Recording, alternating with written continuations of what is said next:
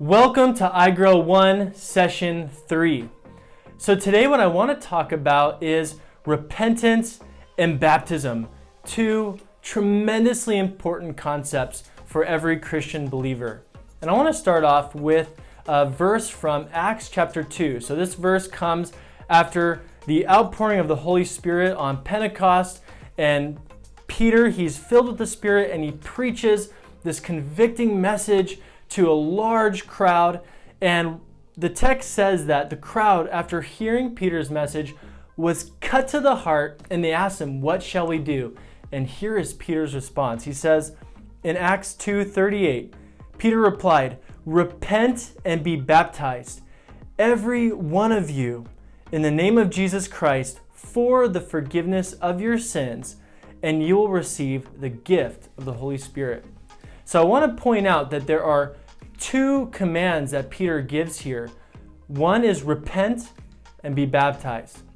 And I'm going to talk more about this in a bit, but I want to start by saying that when we hear the gospel message and we're confronted with the reality of our sin and our need for forgiveness and salvation, the right response should be, on the one hand, to feel great remorse for our sin, and on the other hand, a desire to be reconciled to our Heavenly Father.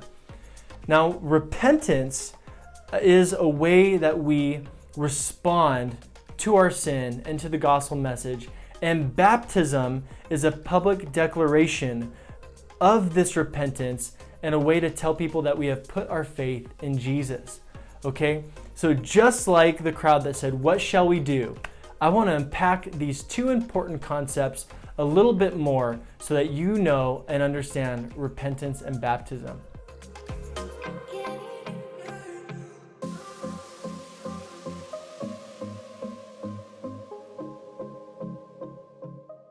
So repentance is essentially a change of mind that leads to a change of direction. I'm going to say that one more time. Repentance is a change of mind that leads to a change of direction. And we change direction in two ways. First, repentance involves turning from sin. Okay? Repentance involves returning or turning from sin. And in Acts chapter 26, Paul describes repentance as turning from darkness to light, from the power of Satan to the power of God. And so when we're repenting, we are turning from everything that the Bible calls sinful. And we're saying, I'm not going to do that anymore. I'm not going to live that life anymore. But repentance also involves turning to God. So it's not just turning from sin, but it involves turning to God. Later in chapter 26, Paul says that I preached that they should repent and turn to God and prove their repentance by their deeds. So again, this is just more support that repentance involves both turning from sin and turning to God.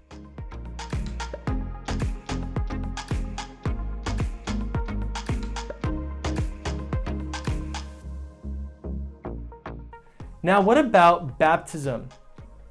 If repentance is a change of mind and change of heart, baptism is a way that we publicly declare this repentance, this change of heart that we've experienced and gone through. It's a way of telling the world, I am saved, I have put my faith in Jesus Christ, and I'm trusting in Him for my salvation. But it's also important because through baptism, we identify with Christ's death and resurrection. Okay, so I want to read a verse from Romans 6, verses 3-4. Paul writes, "Don't you know that all of us who were baptized into Christ Jesus were baptized into His death? We were therefore buried with Him through baptism into death, in order that just as Christ was raised from the dead through the glory of the Father, we too may live a new life." So baptism is a way that we identify with Jesus' death and resurrection. In the same way Jesus died for our sin, through baptism we tell the world that we have died to our sin. And in the same way Jesus rose from the dead 3 days later, we are saying that we also have risen to live a new life in Him. So when you're dipped under the water, you are identifying with Christ's death and you are dying to your old life. And when you come out of the water, you are identifying with His resurrection and declaring that you are living a new life in Him.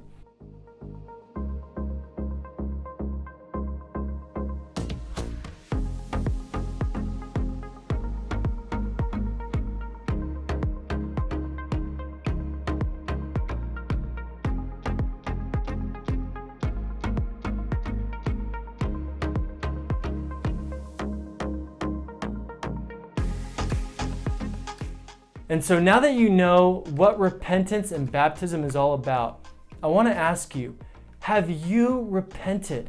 Have you recognized the reality of your sin and your need for forgiveness? And have you trusted in Jesus for the forgiveness of your sins? And have you trusted Him for your salvation? And if you have put your faith in Jesus, are you baptized? Well, if you haven't, first of all, if you have not put your faith in Jesus, like Paul, I'm calling you to be reconciled to God. Don't continue living in your sinful life. Recognize your sin for what it is, recognize your need for a Savior, and throw yourself upon the mercy of God and trust in Jesus for your salvation. Don't wait a day longer because tomorrow is not guaranteed. Put your faith in Jesus today. Turn from your old sinful ways and turn to God in Christ. And for those of you who are Christians but you haven't been baptized, what are you waiting for? Get baptized as soon as you can. Baptism is a way that we can go public, so to speak, with our faith. It's a way that we can make our faith official. And so I want to encourage you to take that step and make that public declaration of faith and get baptized as soon as you can. So thank you so much for listening to this session. I hope you learned something and enjoyed it.